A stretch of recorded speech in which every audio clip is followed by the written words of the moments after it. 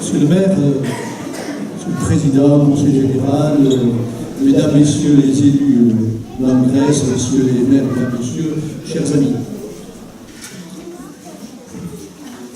J'étais mardi à l'Assemblée nationale où, après les événements dramatiques que la France a connus, j'ai vécu à l'Assemblée nationale, et peut-être certains d'entre vous ont pu le voir aussi en direct, un moment d'émotion et de rassemblement exceptionnel. Lorsque l'ensemble des députés, observant une minute de silence à la demande de leur président Claude Barthelone, ont spontanément entonné la Marseillaise, il s'est passé quelque chose. Tous ceux qui l'ont vécu, tous ceux qui l'ont vu, le disent. Oui, la nation était rassemblée, les représentants du peuple étaient rassemblés, et tout le monde se sentait charni. C'est un moment comme il n'en existe peu.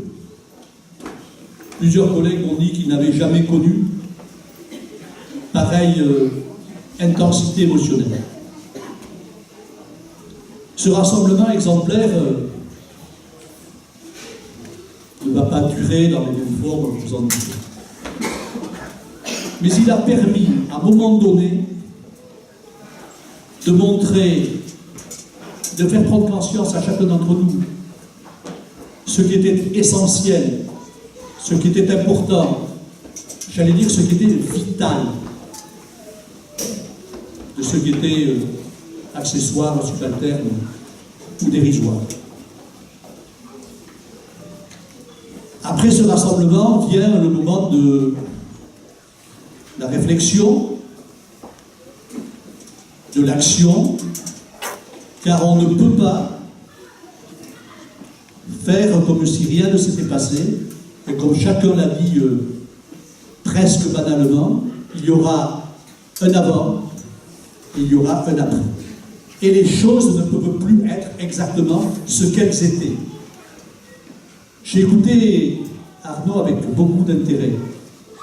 Et lorsqu'il a mis parmi les priorités qu'il a évoquées, l'école, les aménagements sportifs, la vie ensemble, le monde associatif que vous représentez, ça veut dire qu'en Grèce, comme ailleurs, dans d'autres territoires de France, on a bien compris que l'école était un des éléments essentiels du dispositif d'éducation, de formation civique de nos jeunes.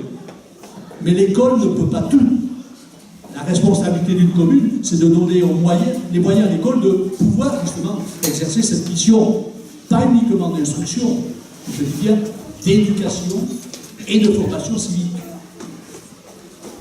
Mais le plus souvent, les enfants, au moment où ils sont en âge de se former, sont avec leurs parents.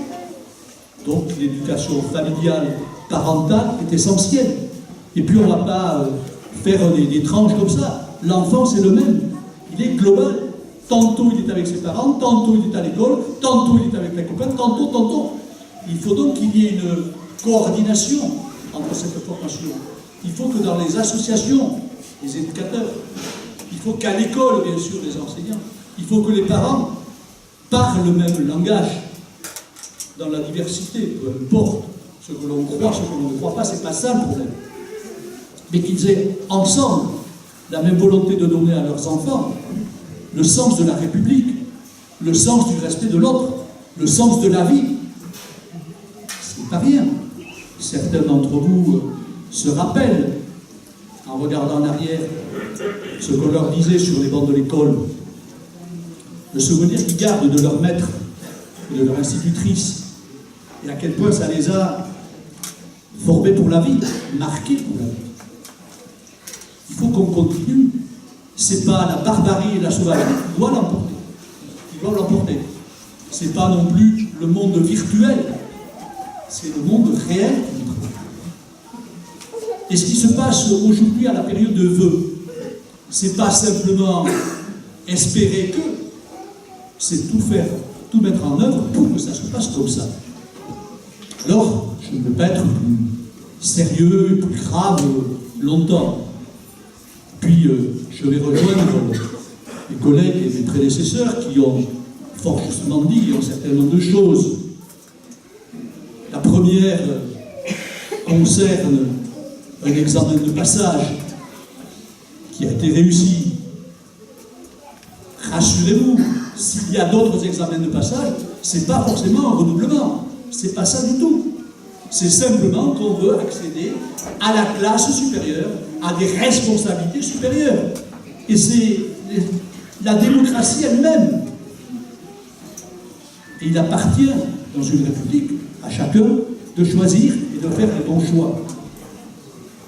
Je crois que ceux qui ont des examens à passer, il faut les aider à les passer. Il faut leur faciliter ces examens. Personne ne peut les passer à leur place. Mais on peut quand même les aider, les soutenir, leur remonter le bras, et puis, au-delà de ça, les aider au sens propre et concret du terme. Et à ce moment-là, le problème de la casquette, double fut-elle, mon cher Hervé, moi j'ai une solution. Quand on a un maire jeune, dynamique, élégant, avec la prestance juridique et la sienne, il n'aura aucun problème à porter la première casquette, visière à l'arrière, comme un rapport. Ça, c'est le premier souhait. C'est la période des vœux. Deuxième point, pour ce qui est de la deuxième casquette, il la mettra sur l'avant, elle aura une belle visière, ce qui lui permettra effectivement de regarder devant lui et de vous faire des propositions d'avenir. Je vous souhaite à tous et à tous une bonne année.